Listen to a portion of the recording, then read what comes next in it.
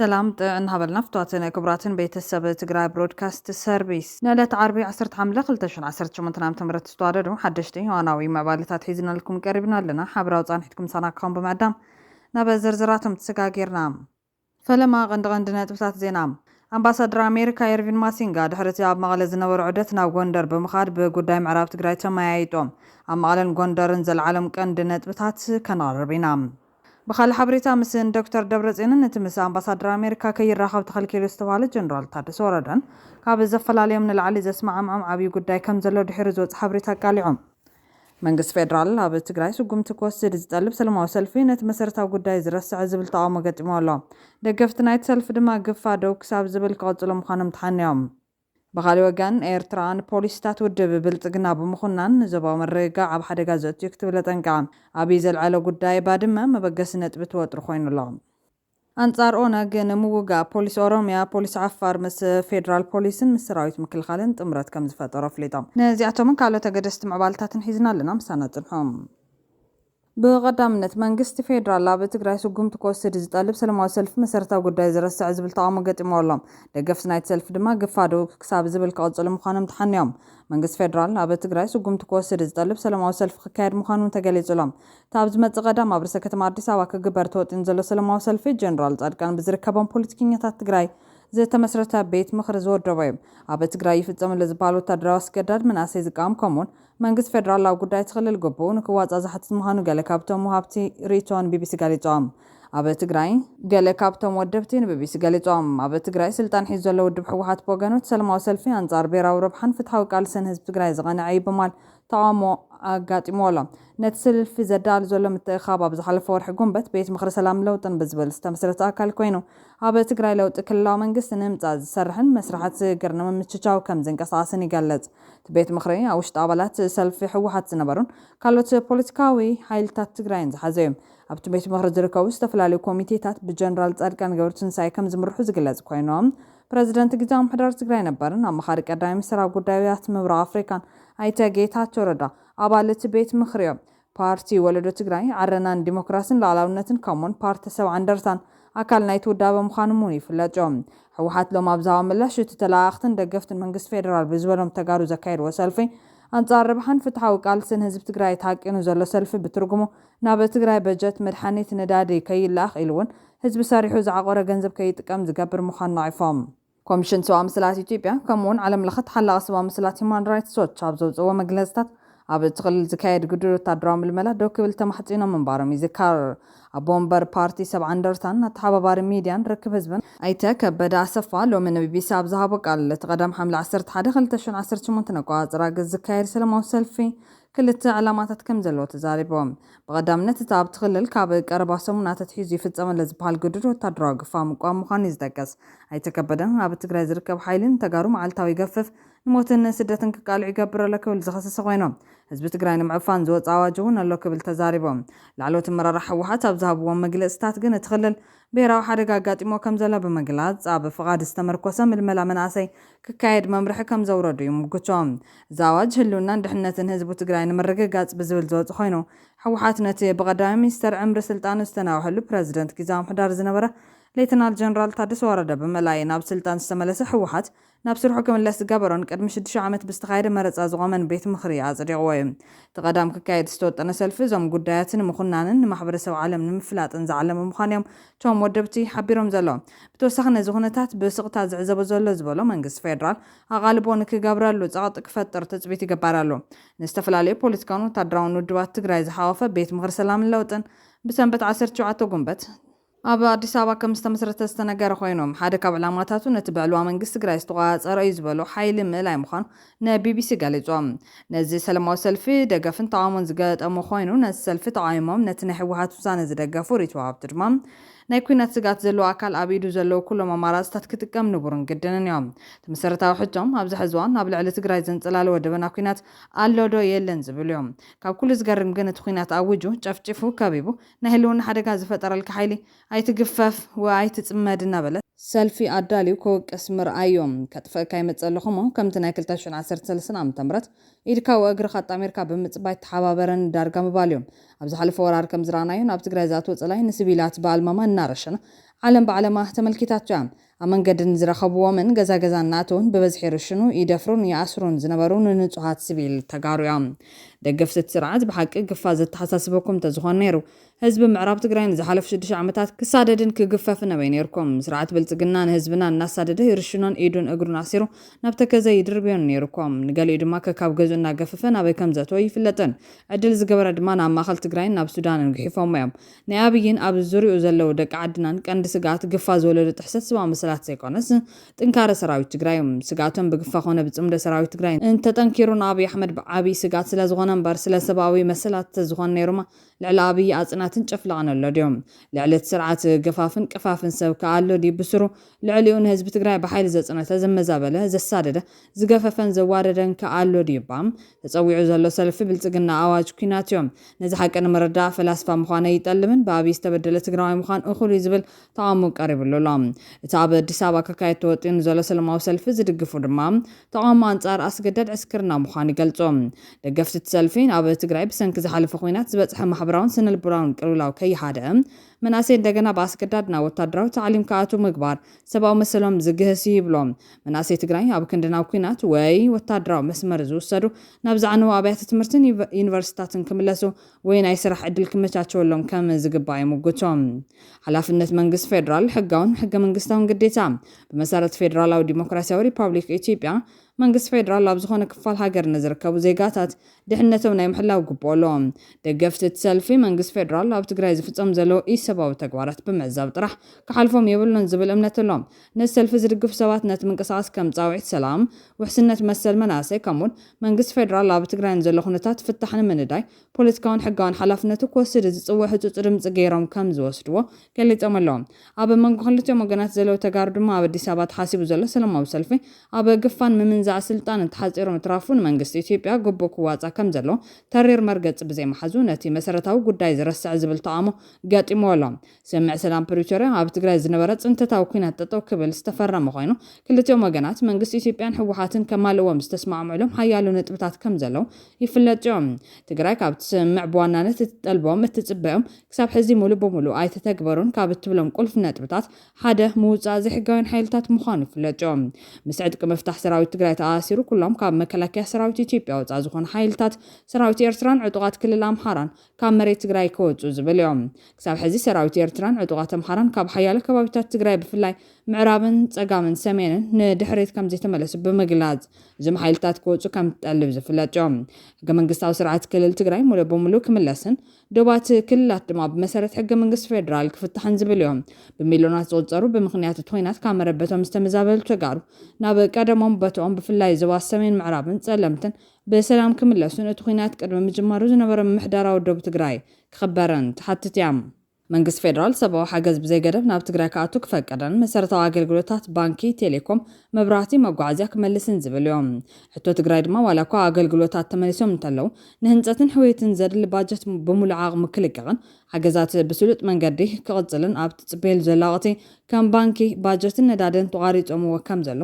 ይፍለጥ እዮም። መንግስቲ ፌደራል ንሕወሓት ካብ መዝገብ ግብረ ሽበራ ክስርዞን ፖለቲካዊ ዘተታት ተጀሚሮም ሰላማዊ ምንቅስቓስ ክረጋገጽን ዝብል እዮም። እቲ ናይ ግብረ ሽበራ ስያመ እኳ እንተተለዓለ እቲ ፓርቲ ማለት እውን ሕወሓት ዝነበሩ ሕጋዊ ሰብነት ብቦርድ መረፃ ኢትዮጵያ ብምሉእነት ንምምላስ ዘለዎም ጥርዓን ዛጌድ ሙሉእ መፍትሒ ከም ዘይረኸበ እዩ ዝግለጽ። ካብ ዝሓሊፉ ድማ ተሰሪዙ እዮም። ኣብ ልዕሊ ንጹሃን ዜጋታት ዝተፈጸሙ ገበናት ብተሓታትነት ዝረኣየሉ ሃገራዊ ናይ ሽግግራዊ ፍትሒ ፖሊሲ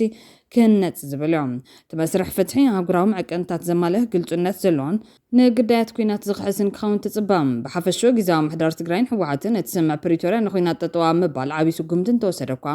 እቶም ናይ መሬት ሓድነት ምምላስ ተመዛበልትን ምውፃእ ናይ ወፃኢ ሓይልታትን ዝብል ቁልፍ ነጥብታት ግን ብሙሉእ ዓቕሞም ኣይተተግበሩን ብዝብል ብተደጋጋሚ ዝግለጽ ኮይኖም እቲ ናይ ኣዲስ ኣበባ ሰላማዊ ሰልፊ ግና ነዞም ብወገን መንግስቲ ፌደራል ዘይተማልኡ ጉዳያት ዘየጉልህ ምዃኑ ነቲ ጸገም ካብ መሰረቱ ዝሰሓተ እዩ ዝብል ተቃውሞ ገጢሙ ኣሎ። ብኻሊ ሓበሬታ ኤርትራ ንፖሊስታት ውድብ ብልጽግና ብምኹናን ንዞባዊ ምርግጋዕ ኣብ ሓደጋ ዘእትዩ ክትብል ጠንቂቓ ኣብይ ዘለዓለ ጉዳይ ባድመ መበገሲ ነጥቢ ትወጥሪ ኮይኑ ኣሎ። ኤርትራ ንፖሊስታት ውድብ ብልጽግና ብምኹናን ንዞባዊ ምርግጋዕ ኣብ ሓደጋ ዘእትዩ ክትብል ጠንቂቓ ኣላ። ኣብይ ኣሕመድ ኣብ መኽፈቲ መደረ ሃገራዊ ዘተ ናይቲ ሃገር ጉዳይ ባድመ ምልዓሉ ስዒቡ ሚኒስትር ዜና ኤርትራ ናይ ተጠንቃቕ መልእኽቲ ብቋንቋ እንግሊዝኛ ኣውፂኡ ኣሎ። እዚ መጠንቀቕታ ብደገፍቲ ናይቲ ስርዓት ኣብ ማሕበራዊ መራኸቢታት ካብ ዝቐረበ ተቃውሞ ብተወሳኺ እዩ ወግዓዊ መግለጺ ኣውፂኡ ዘሎ ሚኒስትር ዜና ኤርትራ ኮነቶም ደገፍቲ ብተመሳሳሊ ቋንቋ ጉዳይ ባድመን ካልኦት ከባቢታት ትግራይን ኣብ ትሕቲ ኤርትራ ክመሓደራ ከም ዝተወደደ ዘምስል እዩ ኤርትራ ንዝጀመረቶ ኩናት ክትከፍሎ ዝተፈረደላ ሚልዮናት ዶላር ካሕሳ ኮነ ካብ ኤርትራ ናብ ትግራይ በቲ ናይ ኣልጀርስ ስምምዕ ዝተጠራራ ከባቢታት እውን ምሕታት ከም ዘይከኣሊት መግለጽን ተቃውሞታትን ዘረድም ከጉንደት እስከ ጉራ ከአድዋ እስከ ማይጮ ከካራ ማራ እስከ ባድመ እያንዳንዱን ብትፈትሹት ስንገነባ ያደፈጡ ደገፍቲ መንግስቲ ኤርትራ ንኣብያ ኣብ ዝሃብዎ ምላሽ ትማሊ ሻዕብያ ዝፈረመቶ ድሮ ረሲዑ ብሓዱሽ ቃና ባድመን እናበለ መፂሎም የኣይነዛ ነብሱ ከም ወዲ ሾቅ ቆፂርዋ ዝተጋሩ ባድመን ተሰሚዖም ናባይ ክመፂኦም ኢሉ ይሓሲቡ ብማል ምስ ኣብይ ዝተፈራረምዎ ከም ውድኡ ክገልጹ ዝተራእዩ ኮይኖም በተመሳሳሊ መንገዲ ሚኒስትር ጉዳያት ወጻኢ ኤርትራ ናብይ ብውሳነ ኮሚሽን ዶ ብዝተሓንፀፀ ንባድመ ሓዊስካ ሰፊሕ ከባቢታት ትግራይ ናብ ኤርትራ ንጾሮን ሓዊስካ ብዙሕ ዓድታት ኤርትራ ናብ ትግራይ ዝሃበ ብይን ዶ ክፈርስን ይሰርሐሎ ክብል ወግዓዊ መግለፂ ሂቡ ዘሎ ወላኳ መንግስቲ ኤርትራ ስምዕ ህይወት ክሰርዓሉ እንተጻዕረ ስምዕ ኣልጀርስ ፈሪሲ ዝብል ሞገት ብሕጋዊ ወታደራውን ፖለቲካውን መዳይ ይቐርብ እዮም ካብቶም ትውዕሊ ዝፈረሰ ዝገበርዎ ነጥብታት ድማ ብወገን ኢትዮጵያ ሕጋዊ መረጋገጽ ዘይምርካቡ ተጠቃሲ ኮይኖም በመሰረት ሕገ መንግስቲ ኢትዮጵያ ሓደ ኣህጉራዊ ስምምዕ ብሕጊ ቅቡል ክኸውን ዝኽእል በመሰረት ሕገ መንግስቲ ሃገር ዝምልከቱ ናይ ሕጊ መውፃእ ኣካል ማለት እውን ፓርላማ ከጽድቆን ከል ጥራሕ እዮም ይኹን እምበር እቲ ስምምዕ ኣብ ታሕሳስ 2000 ቋፅራ ፈረንጂ ብመራሕቲ ክልቴን ሃገራት እንተተፈረመ እኳ ብባይቱ ክልተ ህዝቢ ኢትዮጵያ ፓርላማ ግን ክሳብ ሎማ ኣይጸደቐን እዚ ማለት ብወገን ኢትዮጵያ እቲ ስምምዕ ሙሉእ ሕጋዊ ዑደት ስለ ዘይወድእ ከም ውሽጣዊ ሕጊ ኮይኑ ክትግበር ዝኽእለሉ ሕጋዊ መሰረት የብሎን እዚ ድማ ነቲ ስምምዕ ካብ መጀመርትኡ ጀሚሩ ሕጋዊ ጉድለት ከም ዝነበሮን ከም ዝፈረሰን ንምሙጋት ዓብይ መርትዖ እዮም ስምምዕ ኣልጀርስ ኣብ መንጎ ክልቴን ሃገራት ዳግማይ ወታደራዊ ጎንፂ ከይፍጠርን ሰላማዊ ዝምድና ክህነፅን ዝዓለመ ኮይኑ ተፈሪሙ ነይሮም ብግምጣሉ ግን ሰራዊት ኤርትራ ኣብ ሕዳር 2020 ቋፅራ ፈረንጂ ኣብ ዝተወልዐ ኩናት ትግራይ ብምእታው ኣብ ውሽጢ መሬት ሉዓላዊት ሃገር ኢትዮጵያ ሰፊሕ ወታደራዊ ወፍሪ ምክያዱ ነቲ ስምምዕ ብግብሪ ዘፍረሰ ዓብይ ድፍረት እዮም ሓንቲ ሃገር ናብ ጎረቤታ ሃገር ሰራዊት ኣእትያ ገዚፍ ኩናት ካብ ኣካየደት እቲ ክልተ ሃገራት ዶ ከብሎ ዝተስማዕማዓሉ ናይ ኣልጀርስ ስምምዕ ሰላም ብግብሪ ፈሪሱ ናብ ዝለዓለ ናይ ውግእ ባይታ ከም ዝተቐየረ ዘርእዮም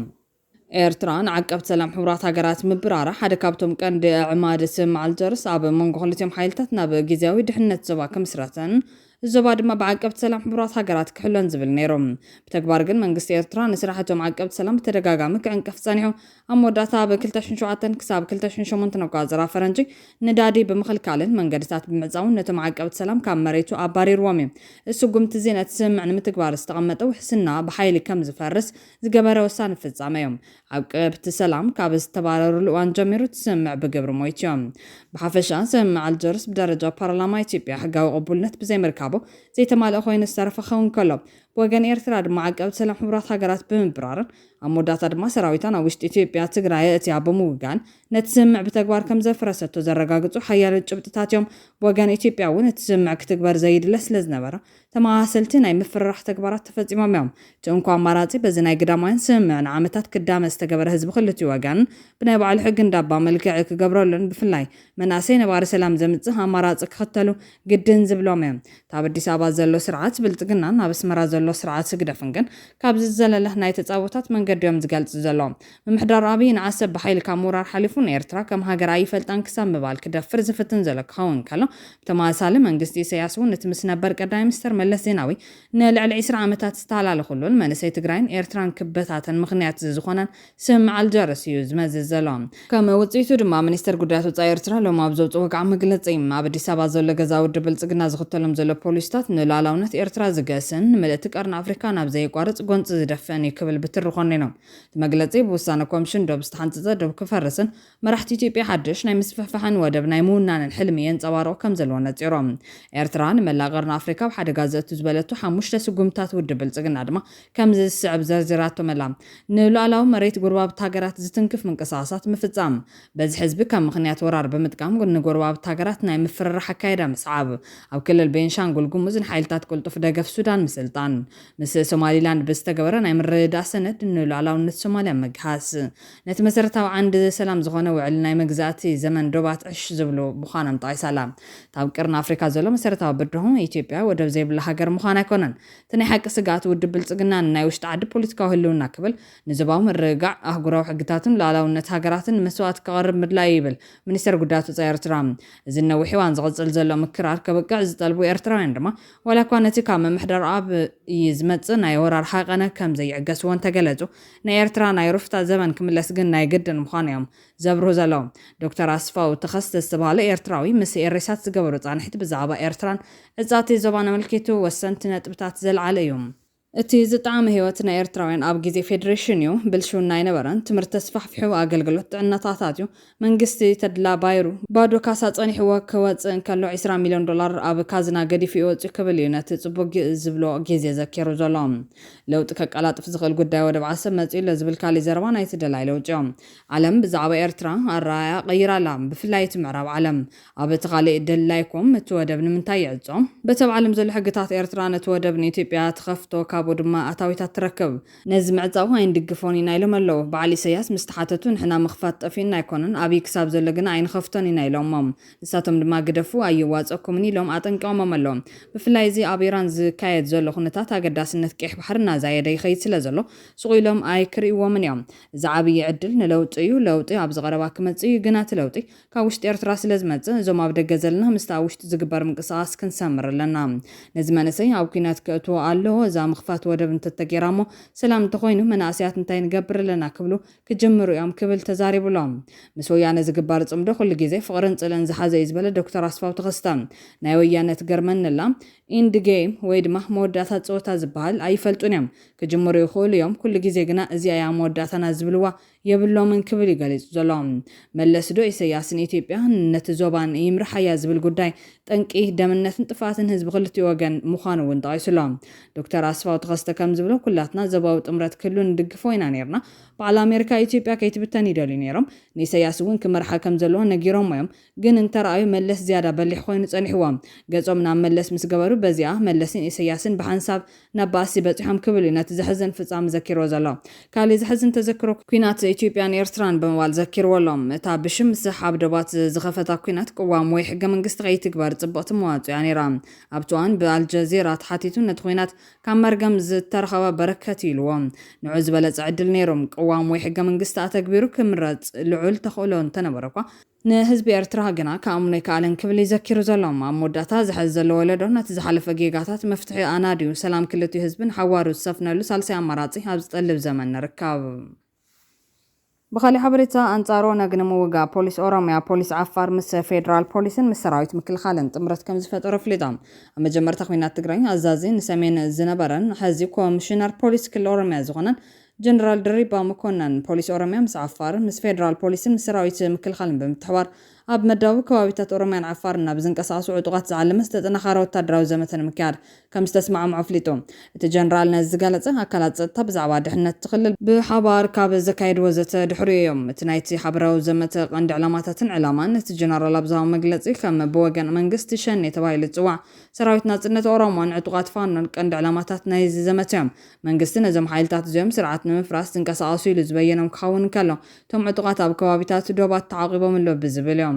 ናይ ክልቲኦም ክልላት ሓይልታት ጸጥታ ወሰን ክልል ከይገደቦም ደው ተሳጊሮም ስጉምቲ ንምውሳድ ስምምዕ ከም ዝገበሩ ተገሊጹሎም እዚ ደባ ኣልቦ ዝተባሃለ ሓበራዊ ዘመተ ብፍላይ ኣብ ከባቢታት ከሰም ኮሎን ኣዋሽ ሰባትን እናሰፍሐ ይኸይደሎ ዝተባሃለ ምንቅስቓስ ዕጡቓት ንምግታእ ዝዓለመ ምዃኑ ተሓቢሮም ተኣዛዚ ወሲኹ ከም ዝሓበሮ ነቶም ዕጡቓት ብሎጂስቲክስ ብረት ሓገዝን ስንቅን ይድገፉ እዮም ዝተባሃሉ ኣካላት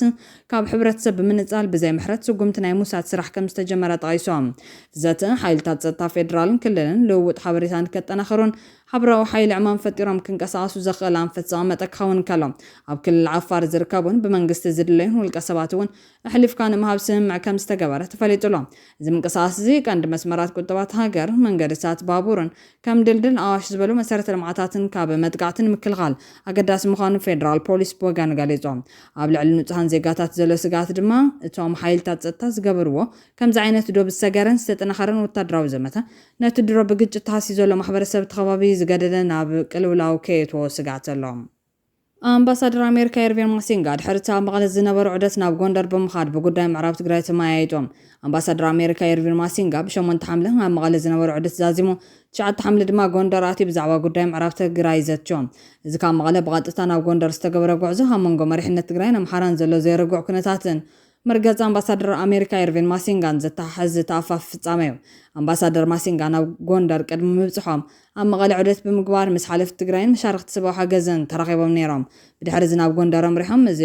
زي دبلوماسيا ومن قصاص زي مس قدام عرفت تقرين تألمتن بغط تاستعسرهم نزم من قصاص زي مستزل بوليتيكا وطرة التحيز كخران كله دمام أمباسادر ماسينغا أما غالي دحرز قبل وعدت بغط تانا وغوندر مخادم أمريكا من غلات تقرين محران زل مسحب بميزانهم من قد متحاز تقبروا زلات عاري زملكت يوم أبت كبار سمع سلام بريتوريان مهدا وتعدرا وطرتن زتوكر زتنا كايدم يوم زما تروب عون كمل سوق راح يزوم يوم كايدم زلهم زعبا من رجعت ستان مسفح نقدن وفرن مس فلطات سبا سلطان تخلل تزات يوم لهم أبا منقوم غالن غوندرن زلو عند متحازن نطبي معراب تقرايم اتزوبا زي نبوزحات مزابل تزحازن حتى مربت تقارن مريت زلون بمخانو أمريكان خلت يوم وجنات نمسمع مع تتكرر لزلا بوتايم أمريكا تمزابلتن أبوتهم كملاشن سبوا حجزات بزعين كفات كبتحمن بترجعامي تسوع صنحة تعمونجو معراب تقرأ زلا قداي بقون تسوي بخينات زي كونس بسلامة بوليتيكا وزتن بمسارات حاجة من قصن كفتح أمريكا تغط تجبر لهم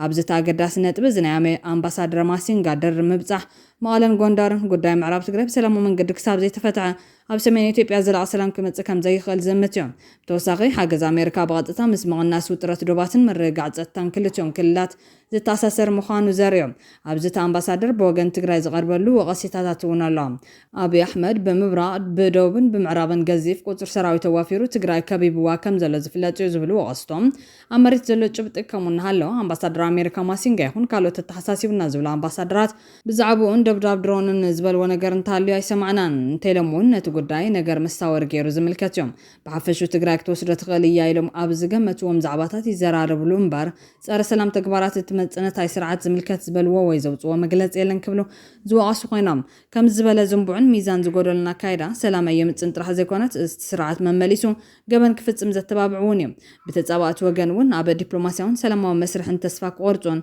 حيل انكم مرات يلوم كامنون زقدد لخنتات يزفطار امول ኢትዮጵያ ዘረዘሉ ንሱ ይክብልዮም ዘጠንቀም አምባሳደራት ጉዳይ ሃገራዊ ረብሓ ኮይኖም ካብ ምስ ዘይ መንግስታን ፖለቲካ ሓይልታት ምስቲ ገበን ዝፍጽም መንግስቲ ተኻይልካ መኻድ ንቡር ዓለም ለኻዊ ርክባት ኳን ትኾነም ከም ዝበላ ካይዳ ዘላቕ ሰላምን ሃገርን ዘይውሕስ ምዃኑ በአንጻሩ ዝገደደ ገበን ክፍጸምን ግጭት ተስፋሕፊሑ ሃገር ዝበታትንን ምዃኑ ብዕጥቂ ይኹን ብሰላማዊ ኣገባብ አንጻር ዝውን መጽነታይ ስርዓት ዝቃለሱ ዘለዉ ሓይልታት ንዓለም ለኸ ማሕበረሰብ ብግልጽ ቋንቋ ክነግር ወይ ግባእ ዝብሉ እዞም ናይ ትግራይ ርእቶ ሃብቲ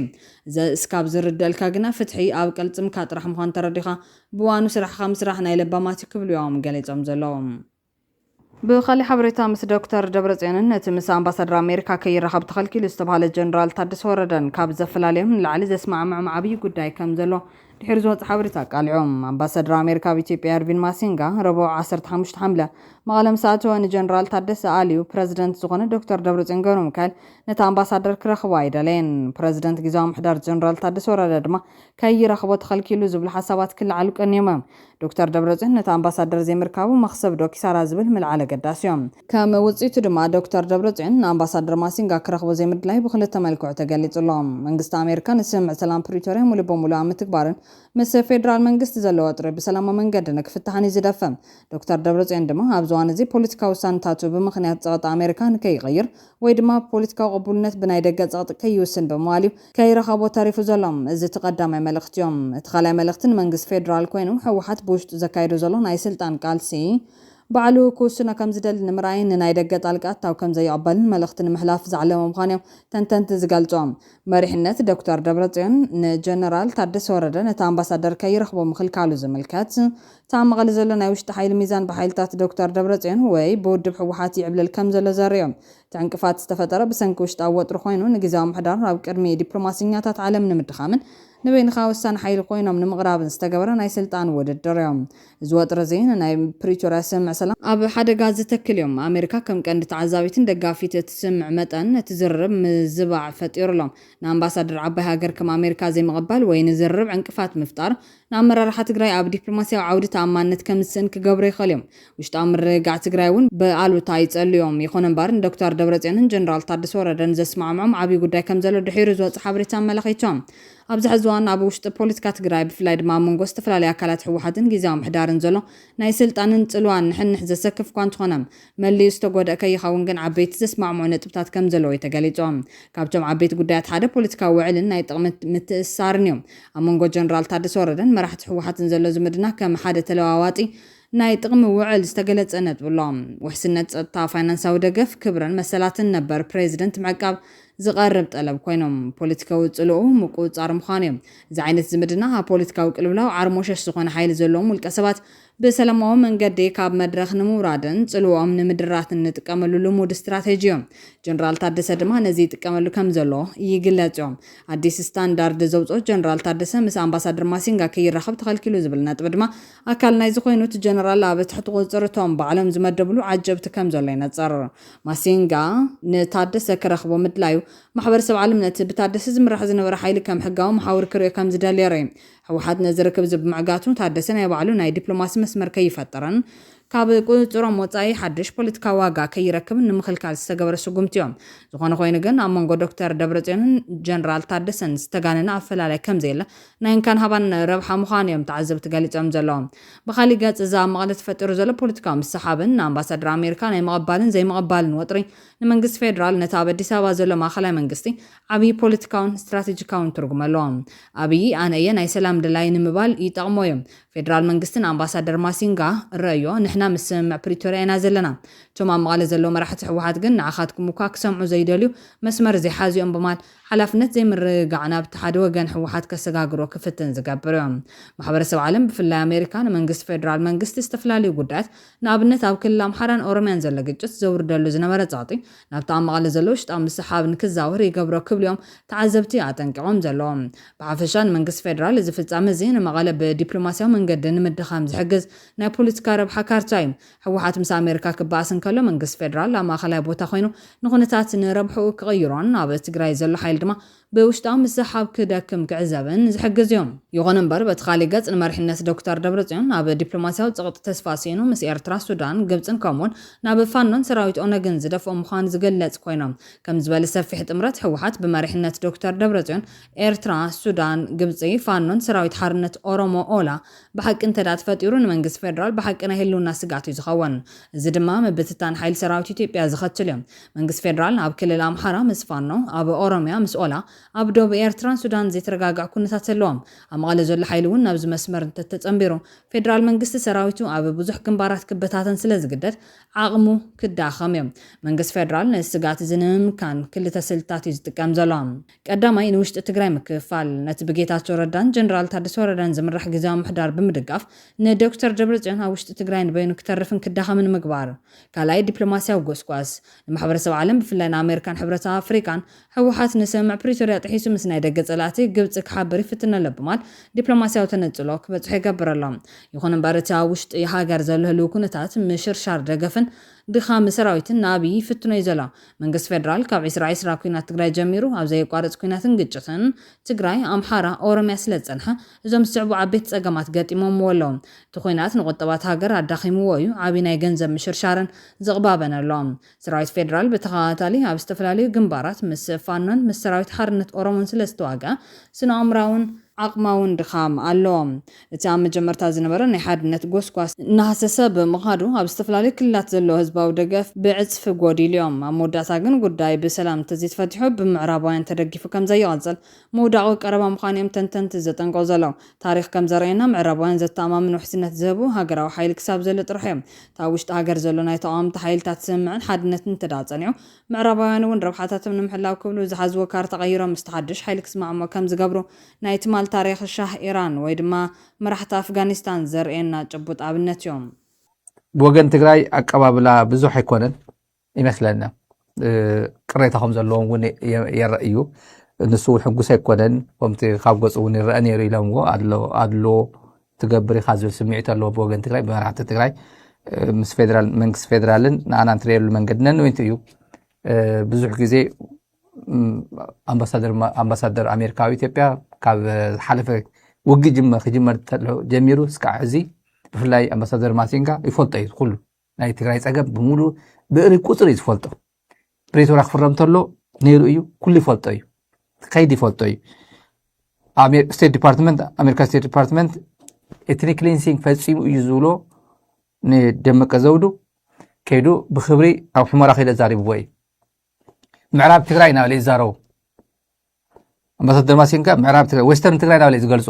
ዌስተርን ትግራይ ምዃኑ እናፈለጥካ ዌስተርን ትግራይ ምዃኑ ባዕልኻ ነፀዋዕኻ ብኣፍካ ንምንታይ ሪኮግናይዝ ዘይትገብሮ ኣብኡ ዘሎ ሓይሉ ንዓውፃእ ንክብሎ ንኣብይ ፕሬር ዘይትገብር እዮም ዝብልዎ ቅሬታ በዚ ምክንያት ቅሬታ ኣሎ ንሱ ኣዲስ ኣበባ ከይድ ዘሎ ብዙሕ ይኮነን ብንጌታቸው ብንፃድቃን ኢንፍሉዌንስ ይግበር እዩ ብንኣብይ ኢንፍሉዌንስ ይግበር እዩ እዮም ዝብልዎ ብወገን መቐለ ስለዚ ብዙሕ ወፅኢት ኣይተምፅእ ናብ ዝብል መንፈስ ይኮነ ኣሎ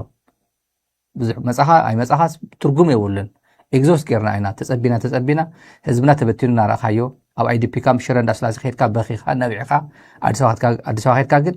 ኩሉ ሻዕ ንቲፒኤልኤፍ ኢኻ ተውግዝ ብዛዕባ ቪዛ እውን ቪዛ ሰላም የምፅን ኢሎም ገሎ ናይ ቪዛ ሬስትሪክሽን ገለ ዝበሃል ቪዛ ንሰላም ከምፅኢልኩም ገይርኩም እንተኮንኩም ኣየምፅን ኢሎምዎ ብግልፂ የበጊሎምዎ ሰላም ዘምፅእ ሬስትሪክሽን ኣይኮነን ኢሎምዎ ብዙሕ ተስፋ ይገብሩልን እንታይ እዩ ናብቲ ዝርዝር ክንከይድ ዶክተር ደብረፅዮን ናይረኸቦን ድማ ኣንቲ ያው እንታይ ትማለ ያው ኢትዮጵያ ብትማለ ወይ ድማ ረውዕ ንበሎ ዶክተር ደብረፅዮን ብዘይምርካቡ ብዙሕ ሕጉስ ኣይኮነን ሕጉስ ከም ዘይኮነ እውን ኣብኡ ብቐጥታ ተዘዋዋሪ ገሊፅዎ እዩ ኣብቲ ዝነበረ ኣኼባ ምስኒ ዶክተር ኣዲስ ኣለም ባሌማ ምስኒ ኣማኑኤል ኣሰፋ ካልኦት እውን እዮም ተራኺቡ ቅሬታ ከም ተሰምዑ ተወሰነ ኢሞሽንስ ነይሮም ወይሎምዎ ኣነ ክረኽቦ ደስ ክረኽቦ መፅአ ነይረ ዝብል ነይርዎ ግን ድማ ክረኽቦ ከም ዘይኽእል ዶክተር ደብረፅዮን ኣቐዲሙ ነጊርዎ ኢና ሰሚዕና ኣለና ክረኽቦ ከም ዘይኽእል ኣቐዲሙ ይፈልጥ ነይሩ ተነጊርዎ እዩ ብስልኪ ንሱ ክረኽቦ ከም ዘይኽእል ነጊርዎ ኢና ሰሚዕና ኣለና ካብ ናይ ፍልፍላን ካብ መቐለ ስለዚ ሓድሽ ነገር ኣይኮነን እዚኣ ከም ዘይረኽቦ ፈሊጡ እዩ መቐለ መፅኡ ኣሸበሸብ ተረኸብኩ ወይ ልመፅኡ ዝኸውን ኣይረኸቦን ብሓፈሹ ኣይረኸቦን ክረኽቦ ዝደልዮ ሰብ ኣብ ትግራይ ከይዱ ክረኽቦ ዝደልየ ሰብ ድማ ከምቲ ናይ ዓሚ ቅድሚ ዓሚ ከይዲ ኢልካ ፍሳ ማንጁስ ከይዲ ኢልካ ተደልዩ ምግበይ ተደልዩ ጌታቸው ተደልዩ ደብረፅዮን ካብ ሕወሓት ዝደልዮ ሰብ ካብ ሰራዊት ዝደልዮ ሰብ ካብ ግዜያዊ ምምሕዳር ዝደልዮ ሰብ እዩ ዝረክብ ነይሩ ቅድሚ ሕዚ ዕድል ዘይረኸበን ልክዕ ከም ኣዲስ ኣበባ ዘሎ ኣብይ ዘይፈቐደ ንማንም ኣየራኽቦ ንማሲንጋ ንማንም እሱ ካብ ድራር ብላዕ ዝኾነ ነገር ክረኽቦ እንተዘይኮይኑ ብኦፊሻል ደረጃ ኣብይ ዘይፈቐደ ምስ ማንም ኣየራኽቦን ሕዚ ኣብ ትግራይ ተመሳሳሊ ኣጋጢማት ሕዚ መንግስቲ ትግራይ ዘይፈቐደ ምስ ማንም ክትራኸብ ኣይትኽእልን ንሕና ንስኻ ምስ መን ከም ትራኸብ ንሕና ንውስኖ ኢሎም እቶም ዝራኸብዎ ረኺቦም ካሊእ ግን ምስ ሳማንጅ ክራኸብ የተበልካ ኣይደልን ኣይራኸብ ናትና ቻናል ንኡ ረኺብካ ኣለኻ ማለት እዩ ዝብል መንፈስ ኣሎ በድሌት ነይርዎ ብዙሕ ካብ ሰራዊት ክረክብ እውን ድሌት ነይርዎ ብወገን ሰራዊት ትግራይ እውን ድልዋት ኣይነበሩን ኣይረኸቦምን ብዙ ሰሚዕና ኣለና ካብ ናይ ዓሚ ፍልይ ይብል ኣሎ ማለት እዩ ዓሚ ከም ድሌት እዩ ዝረክብ ደብረፅዮን ይረኽቦ ከም ድሌቱ ንፍሳማጅ ከም ድሌት ይረኽቦ ነይሩ ንሰላም እንታይ ኢኹም ካብ ፌደራል ትፅበዩ ዝብል ናይ መጀመርያ ሕቶ ነይሩ ኢሎምዎ ንሰላም ዝመስልዎ ነገር የለን ቅልዕና ተዘሉ ጉድ ፌዝ ዘለዎ ከምዚ ዓይነት ኤንጌጅመንት ንሰላም ዝመስልዎ ነገር የለን ዋላ ሓንቲ ፐርሰንት ያለዋ ዕድል እንተልይዋ ንሳ ፀንቂቕካ ምጥቃም ዝመስልዎ ነገር የለን ግን ከ ኣብይ ኣብቲ ከይዱ ይፍክር ይጉረር ኣብ ሃገራዊ ምክክር በዚ ድማ ንመቐለ ከይድ ይብሎ ክልተ ነገር ማለት እዩ ብዙ ሰላም ይሙክረለ ክእሉ ዝሞክረለ ይፈትነለ ይብሎ በቲ ድማ ይፍክር ኣሞራዶ ስጋዶ ዝሓረናይን ከፍትዶ ነበራ ናይ ትግራይ እውን ናይ ትግርኛ ምስላ ኣቦታትና እውን የምፅኡ የበላሽዎ ኣዲስ ኣበባ ከይደ የበላሽዎ ይሽቅጦ ንሸቐጥ ንፖለቲካ ሸቐጥ ዘይኮነ ትርጉም እንዳሃበ እውን ይሽቅጠሉ እቶም ካልእ ዘይፈጦ ትግርኛ የጭብጭብሉ ነይሮም ርእዮ ኣለኹ የጭብጭብሉ ነይሮም ዘይፈጦ ቋንቋ ኣጋጣሚ ንሰላም እንታይ ኢኹም ካብ ፌደራል ተፅበዩ ዝብል ዳርጋ ካብ ጀነሲስ ጀሚሩ ካብ ዘፍጥረት ጀሚርዎ ምንም ከም ዘይፈልጥ ማለት እዩ ትፈልጥ እንዲኻ ኢሎምዎ ብወገን ትግራይ ንስኻ ዘይትፈልጦ ፀገም ትግራይ እንታይ ኣሎ ንስኻ ዘይትፈልጦ ናይ ትግራይ ፖለቲካ ብልሽት ምስ ፌደራል መንግስቲ ዘለና ፈላላይ ስኻዚ ትፈጥቶ እንታይ ኣለዎ ኢሎምዎ ትግራይ ዝተወሰደና ሃቡኒ ኣትብ ዘላ እምበር ዘይደልዮ ነገር ወይ ድማ ካሊእ ዲማንድ ይገብር እየ ዝብል ሕቶ የቐረበትን ሰሜን እዝ ተነኺኡ ተባሂሉ ድሕሪ ናይቲ ውግእ ውፅኢት ናይቲ ውግእ ምክንያት ዘይኮነስ ምዕራብ ትግራይ ፀለምቲ ዝበሃል ናይ ውግእ ምክንያት ኣይኮነን ነይሩ ሰሜን እዝ ዝበሃል ነይሩ እግረ መንገዲ በዓል ወሰድናዮ ኢሎም ከይዶም ናይቲ ውግእ ኮንሲኮንስ እዩ እዚ ሒዝዎ መፅኡ ስለዚ ብፕሪቶሪያ ሰላም ስምምዕ መሰረት ናብ ዝደወርክዎ ፌደሬሽን መልሱ እያ ትብል ዘላ ትግራይ እምበር ኣዲሽናል ዝኾነ ዲማንድ ኮ ይጠየቐት ኔጌቲቭ ዲማንድ እዩ ኮዚ ኔጌቲቭ ዲማንድ ማለት ትማሊ ዝነበረ ሎቢ ሃውነ ትብል ዘላ ማለት እዩ ኔጌቲቭ ዲማንድ ዝበሃል ምንም ኣዲሽናል ዝኾነ ነገር የብሉን ስለዚ ትግራይ ተወሰደ ነገር ካባይ ዝተቐነሰ ነገር መልሱለይ ሰላም ክፈጥር ሰላም ጎርን ናብ ፌደራል መንግስቲ ፌደሬሽን ሕወሱኒ ፀንብሩን እያ ትብል ዘላ እዚ ይፈልጥ እዩ ኣምባሳደር ማሲንጋ ይፈልጥ እዩ ትግራይ ኣብ ሲጅ ከም ዘላ ትግራይ ኣብ ከበባ ከም ዘላ ይፈልጥ እዩ ኣብ ከበባ እያ ዘላ ትግራይ እንታይ ከም ዝጎላ ይፈልጥ እዩ ካብ ኩለ ፌደራል ሃገራት ናይቲ ፌደሬሽን ኣባላት ካብ ኣምሓራ ካብ ዓፋር ፍልይ ኣቢሉ ትግራይ ይጎድኣ ከም ዘሎ ይፈልጥ እዩ ኣብ ኣምሓራ ክልል ንኣብነት ውግእ ኣሎ ተራ ውግእ ኣይኮነን ብቦትኡ ውግእ ኣሎ ባንክታት ግን ክፍቲ እዩ ባንኪ ክፍቲ እዩ እንታይ ፀገም ኣሎ ሕዚ ድሕር ትግራይ ኦፊሻል ውግእ ኣብ ዘይከፈተሉ ሰዓት ባንኪ ዕፁብ እዩ ቅርሺ የለ ገለ የለ ኤቲኤም ትኸዱ ባዶ እዩ ተራ ቆርቆሮ እዩ ኣምሓራ ባህር ዳር ትኸይድ ግን ኣሎ ኤቲኤም ደሴ ትኸይድ ኖርማል እንታይ እዩ ብዚ ማትሪክ ኣብ ኣምሓራ ይፍተን ኦሮሚያ ይፍተን ኦሮሚያ ውግእ እዩ ኣምሓራ ውግእ እዩ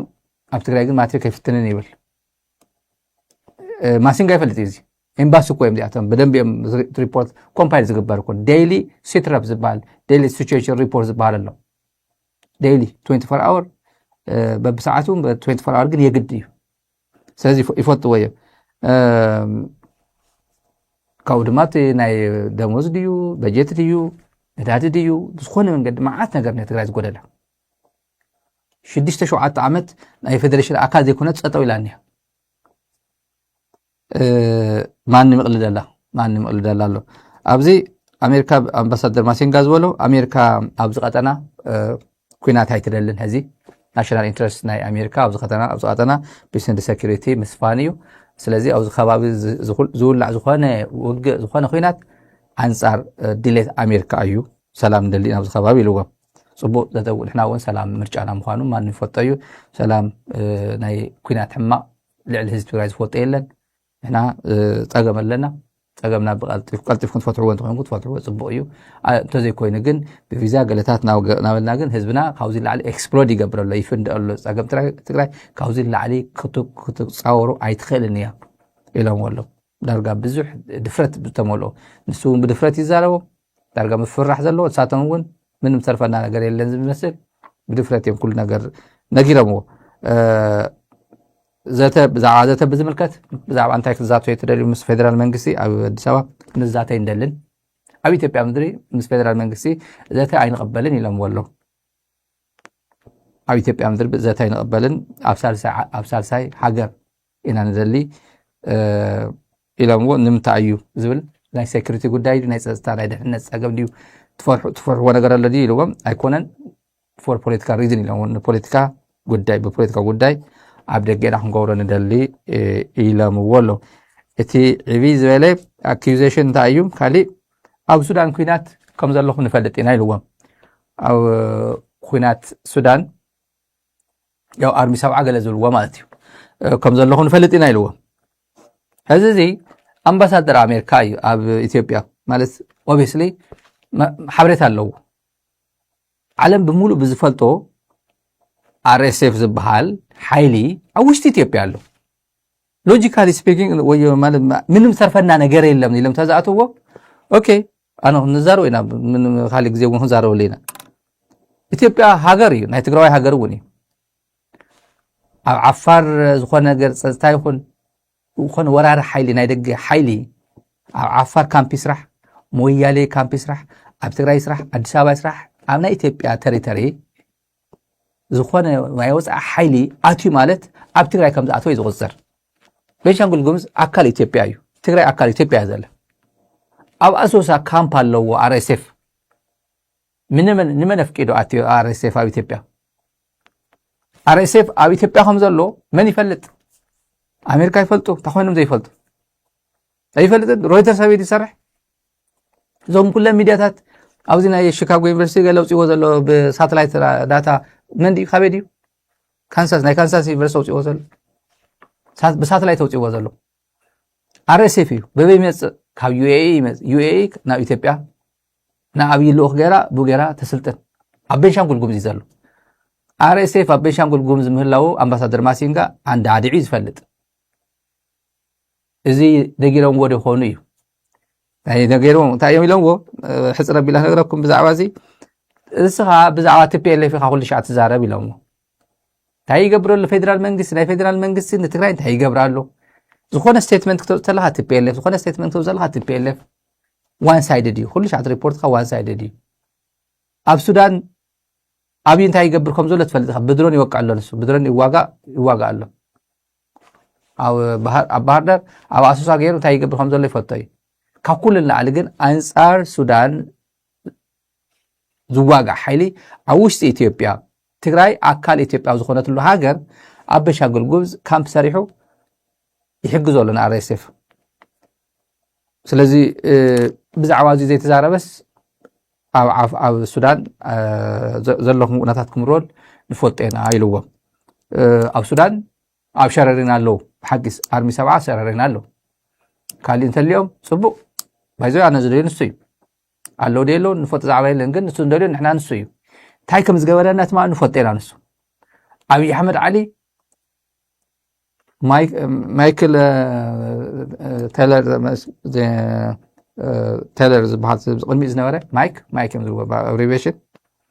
ቦሎ ጀዋር መሐመድ ዝነገረና ኣሎ ቀልጥፍ ቦሎ ንትግራይ ቦሎ እንዳበለ ነገ ዘጓሃር ዝነበረ ኣምባሳደር እዩ ሬይለርና ማይክል ግን ማይክ እዮም ዝብዎ እንታይ ጉዳይ ነይርዎ ሽዑ ብዛዕባ ትግራይ ክወቀጥቅጥ እዚ ተክኦ ማለት እዩ ስለዚ ይፈልጦ እዩ በብልክዖም ክዛረብዎ ታዘዛረብክዋ ኣብ ውሽጢ ኢትዮጵያ እዩ RSF ዘሎ ውሽጢ ኢትዮጵያ እዩ ቤንሻንጉል ማለት ትግራይ ማለት ቤንሻንጉል እዩ ኣብ ውሽጢ ሃገር እዩ ናይ ቤንሻንጉል ሰላም ፀጥታን ንትግራይ ይሃስያ ናይ ትግራይ ሰላም ፀጥታ ንቤንሻንጉል ይሃስዮ ኣብ ውሽጢ ሃገርና ዘለና መን ፈቂድሉ RSF ኣብ ቤንሻንጉል ጉሙዝ ኣብ ውሽጢ ኢትዮጵያ እዩ ዘሎ ስለዚ ብሩይ ዝኾነ ዓለም ዝፈልጦ ሮይተርስ ዘጋለጾ ሪኻ ከምዚ ዓይንኻ ሸፊንካ ነኸርካ TDF ዶ TPLF ኣብ ሱዳን ኣለኹም ኢልካ ትዛረቦ ተለኻ ማለት ሚዛን እውን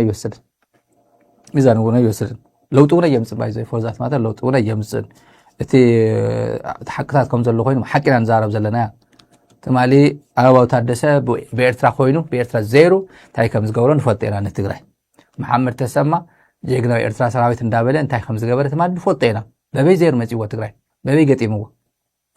ትግራይ በበይ ገጢምዎ ኣብይ ኣሕመድ ብኻልእ ገጢምዎ ሽዑ እንታይ ኢሎም ማይክ ሽዑ ኣምባሳደር ጸጥ ኢሉ ኣዲስ ኣበባ ዝነበረ ትግራይ እናተወረረት ጸጥ ኢሉ ሓቂ ኢሉ ማይክ ፖምፒዮ ሴክሬታሪ ኦፍ ስቴት ጸጥ ኢሉ እንዲያም ኣኪዝ ይገብራ ነይሩ TPLF is trying to internationalize the war ናበለ ኣብ ኤርትራ ሚሳይል ወርዊራ ንጎንደር ወርዊራ ኣህጉራዊ ትገብረላ እናተባለ ወገ ግን ኣብ ሓውዜ ነይሩ ናይ ኤርትራ ሰራዊት ይኹን ናይ ኢትዮጵያ ሰራዊት ተፃቢሩ ኣብ ነበለት ሓውዜ ነይሩ ጸጥ ኢሎም ማለት እዩ ስለዚ ምስ ቅልፅም ከዓ እዩ ሕዚ ትግራይ ንምንታይ እያ ከምዚ ኩሉ ናብ ትግራይ ዝኸዱ ዘሎ ኣብ ከምዚ ኣብ ከቢድ ሃዋህው ኣብ ከቢድ ምንም ክትኮስ ኢላ ኤክስፕሎድ ክትገብር ናይ ሰዓታት ነገር ናይ መዓልታት ጉዳይ ኣብ ዝቐረየ ሰዓት ንመቐለ ናይ ምምልላስ ጉዳይ ለሚሳ ተትኸውን ተዳኺማ ተትኸውን ጽምዶ ዝበሃል ኣብዚ ተኣምራዊ ዝኾነ ስራሕ ክሰርሕ ዝኽእል ጽምዶ ዝበሃል ተዘይፍጠር ነይሩ ኣብዚ ሃለፍለፍ ኣይመወልን ህዚ ኣብይ ኣሕመድ መፅዮ ብቲ ሃለፍለፍ ኤርትራ ትምፃእ ሱዳን ትምፃእ ኩለን ይጣመራ በፍጹም ኣይስዑርና እናበለ ኣብ ፓርላማ ዝህትፈሉ ሰዓት ኣይመፀን ነይሩ ደን ኩለን ሓይልታት ኣይመፀውዐንን ነይሩ ደን ኩለን ሓይልታት ተፀውዓ ጽምዶ ብዝብል ቋንቋ እዩ ጽምዶ መጀመርያ ንዕቆምዎ ነይሮም ብፍላይ ተጋሩ ኣለዉ ዝነዓቕዎ ነይሮም ኣይንፈልጦም እየ ዝነዓቕዎ ነይሮም እንታይ እዩ ጽምዶ ብዕራይ ገለ ጽምዶኻ أبيتي بتصوات غير مغنيرو زخونه غزي ما يتردوم نيرو بزح سو يتردد نيرو صمدو باز زخونه نعيم زخونه سبب صمدوني صمدو ماس ግለሰብ ሚዲያ ዘለኹ ዛዓ ጽምዶስ ናይ ጥራሕ ይምጽምድ ነይሩ ኣብ ዩቲብ ገለ መጻዋቲ ዩቲብ ገለ ኣይተረድኦም ነይሩ ሹ ሕዚ ዝቆረም ዘሎ ነገር ዘንጊ ይርዳመክ ዘንጊ ይርዳም ቶም ሚዲያ ዘሎ ጥራሕ ይኹም ሚዲያ ገሊኦም ገርናባት እዮም ኣይርዳም ቶም ፖለቲከኛታት ዘይተረድኦም ነይሩ ብፍላይ አዲስ አበባ ዘሎ ዳሓር ብሙሉ ልዕሊ ማንም ጽምዶ ኢሎም ወዳሓር ተረዲዎም ዳሓር ወላ ኣብይ ኣሕመድ ተረዲዎ ብዝኾነ ኣብዚ እዚ ነገር ኣምባሳደር ኣሴንጋ 22 ጁን ክመጽዩ ተመሊስ ክመጽዩ መቐለ ክመጽዩ ኢልዎም ኣሎ ረውዕ ማለት እያ ረውዕ ኣብ ሰሙና ክመጽዩ ብንግሆ ክመጽዩ ናይ ጎሆ ክመጽዩ ኢልዎም ኣሎ